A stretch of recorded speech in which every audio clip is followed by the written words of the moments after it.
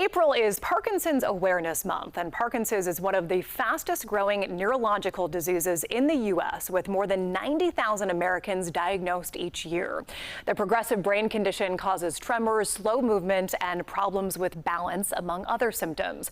Our next guest is a shining example of what is possible with Parkinson's. Bill Bucklew was diagnosed at 43 years old and learned early on that exercise can help slow the progression of the disease. So, Bill, good morning to you. It's always so good to see you. Hey, good morning, Jackie. It's really my honor to be here, so thank you. Of course. Well, we're going to get into this next big adventure that you're setting off on in just a week, in just a moment. But first, take us back to how it felt to get that initial diagnosis and what you've been able to accomplish since then. Yeah, the initial diagnosis was fortuitous in some regards because I had been looking for an answer to a tightness in my leg for 5 years prior to that.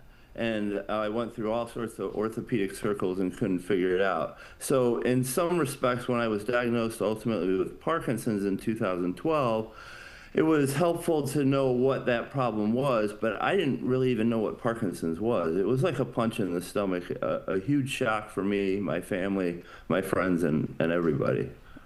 Yeah, you learned very early on that exercise is something that can slow the progression.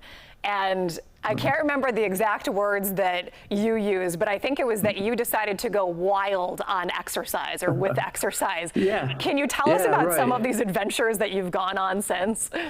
Sure, yeah. I mean, it was really helpful to know that we do have a little bit of control. There is no cure for the disease. We're still taking the same medication that was started in the 60s, but exercise has shown to slow the progression.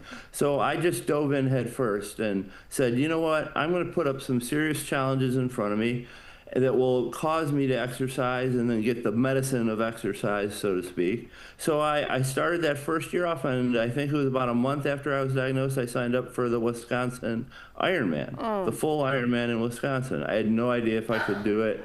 Actually, I really wasn't sure that I could. I ended up doing that, and I got so much better during that process. I felt so much better that I just started kind of cascading into other awareness campaigns that had exercise involved in them. I did, I think, 11 Olympic triathlons, started running marathons, 4 or 5 a year. I've now run close to 50 marathons, climbed Mount Kilimanjaro. All of that were used as fundraisers to raise awareness for the disease, but also selfishly to get the exercise and really force myself to have the discipline of getting that.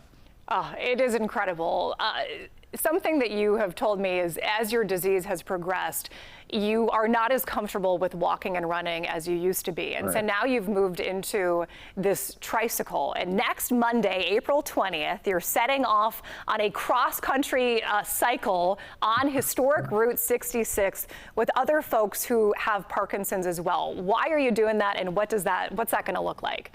Yeah, I guess I'm riding a tricycle down Route 66. Yeah. I never thought I'd be doing something like that. But first off, just real quick on the tricycle, you know, I have some balance issues. A lot of people with Parkinson's have balance issues. As people age, they have balance issues. This was just a godsend for me. It's a 3-wheeled bicycle that's fairly low to the ground, so it requires no balance. So people who have quit cycling can really get back into the sport through this tricycle. And TerraTrike, our sponsor, have been very helpful. They've given several people these trikes to help them join us on this. But we're on a big adventure. We're going to the World Parkinson's Coalition in Phoenix, Arizona. This coalition comes together only every 3 years, and it's in a different country every time. So it happens to be in Phoenix, Arizona on May 23rd.